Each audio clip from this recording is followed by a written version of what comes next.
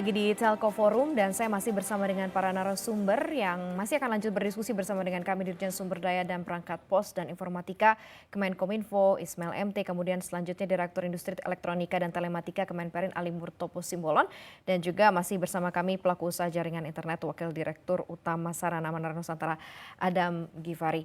Saya mau ke Pak Adam terlebih dahulu ya, menanggapi juga apa yang disampaikan oleh Kemenkominfo tadi begitu ya terkait mengenai ketersediaan atau mungkin jaringan yang nanti diharapkan bisa menyeluruh begitu ya dan keseluruhannya tetap terselenggara begitu ya, ada menara di sana.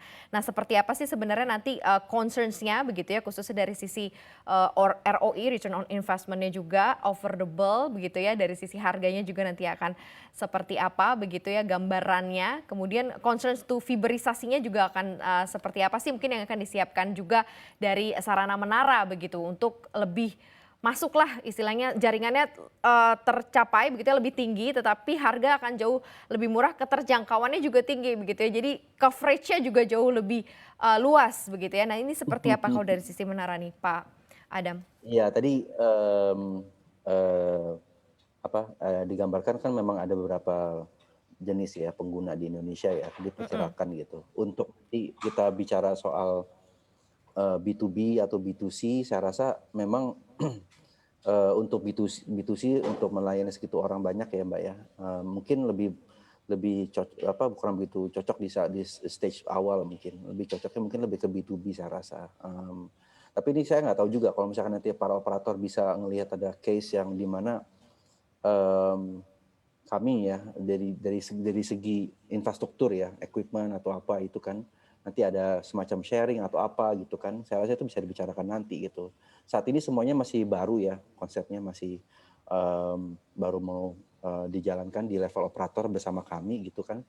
Jadi belum banyak yang bisa kita bicarakan mengenai, price points ya, price points, mmm, density daripada investment-nya sendiri, ya kan.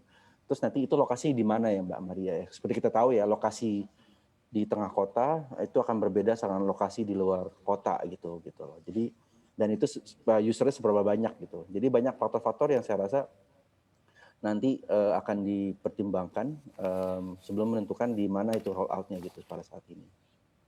masih ada banyak hal-hal yang harus menjadi titik pemikiran dan pertimbangan begitu ya. SDM juga termasuk salah satunya Iya. Pak. Kesiapan SDM-nya sendiri seperti apa? SDM itu saya rasa sih dari kami ya, untuk infrastruktur itu kami sih cukup siap ya, dengan teknologi yang baru ya. Untuk, equipment-nya sendiri saya rasa nanti, itu nanti ada sendiri ya dari para, provider equipment ya, mungkin perusahaan lain. Untuk saya rasa yang mungkin lebih banyak yang dibutuhkan juga ke depan adalah aplikasinya, pembangunan aplikasinya sendiri yang Mhm. untuk berasal dari putra-putri bangsa kita sendiri ya, Mbak, ya. Jadi, human resource sendiri yang tadi Pak Pelatih sudah gambarkan, memang ada banyak kebutuhan gitu, tapi itu udah level, implementation ya. Jadi untuk infrastrukturnya sendiri saya rasa nanti mungkin ada pihak-pihak lain yang akan terlibat dalam proses ini sendiri gitu. Kalau dari sisi kami sendiri infrastruktur provider kan kami cukup siap sih. Karena pada dasarnya ini investasi yang cukup besar dilakukan di awal, tapi kami harus kerjasama dengan para operator untuk menentukan seperti apa. Nanti yang, tadi Pak Ismail juga sudah gambarkan dengan, baik ya, Mhm. harapan kami juga, sangat baik itu ke depannya tuh ya, terutama seluruh dari bagian daripada industri ini menjalankan roll out ini nanti ke depannya, itu makin baik ya ke depannya gitu, dipimpin oleh pemerintah pusat itu. Kami sangat senang sekali mendengarnya. Demikian, Mbak. Oke, saya mau ke Pak Ali Murtopo. Pak Ali, kalau dari Kemenperin sendiri, apakah yang disiapkan ya, dorongan mungkin stimulus yang disiapkan Kemenperin agar teknologi 5G yang tengah dipersiapkan saat ini nih pemerintah, kemudian provider nih bisa masuk juga ke pelaku industri, agar yang sudah di-prepare infrastruktur 5G yang relatively mungkin cukup mahal, katanya dalam tanda kutip begitu ya, dari sisi affordable-nya nih masuk gitu ya, dan dibutuhkan dan diserap juga oleh para pelaku industri, tidak sia-sia, tidak mubazir gitu ya ujung-ujungnya. Seperti apa Pak Ali? Baik, untuk stimulus-stimulus masih dalam proses pengkajian, namun yang sudah kami siapkan adalah bagaimana, teknologi 5G ini juga bisa di bisa diproduksi oleh industri-industri dalam negeri. Mhm. Dengan demikian, eee, lokal kontennya yang diharapkan itu bisa maksimal. Di samping tadi apa yang disampaikan oleh Pak Dirjen dari sisi demand di industrinya tentu sudah sangat siap, dan dari sisi kebutuhan memang itu sudah menjadi urgent di tengah-tengah implementasi revolusi industri 4.0 saat ini yang memang gencar untuk didorong oleh Kementerian Perindustrian. Oke. Itu dari sisi industri seperti itu ya Pak Ismail, mungkin Anda bisa merespon juga menanggapi seperti apa sebagai posisinya sebagai orkestra begitu ya. Kalau misalnya dari sisi tingkat urgensinya, kemudian dari tingkat affordability-nya, kemudian dari sisi tantangan-tantangan lainnya nih yang akan mungkin di depan mata yang mungkin harus menjadi tonggaknya juga nih dari Kominfo ini akan seperti apa nih? Bayangannya akan seperti apa nanti perkembangan ekonomi digital ini dengan adanya implementasi 5G? Iya, ini penting ya, 5G ini kita harus lihat bahwa manfaatnya maksimal buat kepentingan bangsa dan negara dan masyarakat agar kita benar-benar bisa menjadi tuan rumah di Indonesia dalam membangun atau mengimplementasikan 5G. Jangan sampai kita, Mbak Maria, mengimplementasikan 5G ini karena terdorong oleh para vendor, oleh para ya market dan sebagainya yang mendorong kita untuk membelanjakan kos yang sangat besar, tapi kemudian ujungnya manfaatnya tidak sebanding dengan biaya yang kita keluarkan.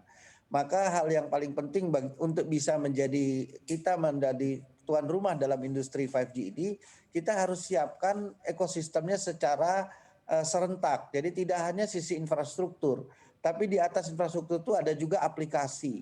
Jadi agar aplikasi-aplikasi yang dimanfaatkan nanti dalam memanfaatkan 5G itu adalah aplikasi lokal, aplikasi yang benar-benar dibangun oleh anak-anak bangsa. Kemudian data yang tersebar di atas infrastruktur 5G itu harus terjaga dengan baik, apalagi itu data-data pribadi dan sebagainya. Kita harus meyakini bahwa kita berdaulat terhadap data digital di Indonesia. Yang ketiga sudah sedikit disinggung oleh Pak Ali tadi dari Kementerian Perindustrian, kita harus juga mengambil kesempatan agar tingkat kandungan dalam negeri, lokal konten dari infrastruktur 5G ini juga meningkat. Jadi harus ada sebagian dari infrastruktur ini yang diproduksi sendiri di Indonesia. Nah, hal-hal ini termasuk digital talent itu adalah ekosistem yang harus disiapkan secara serentak, bukan serial, tapi harus disiapkannya itu paralel.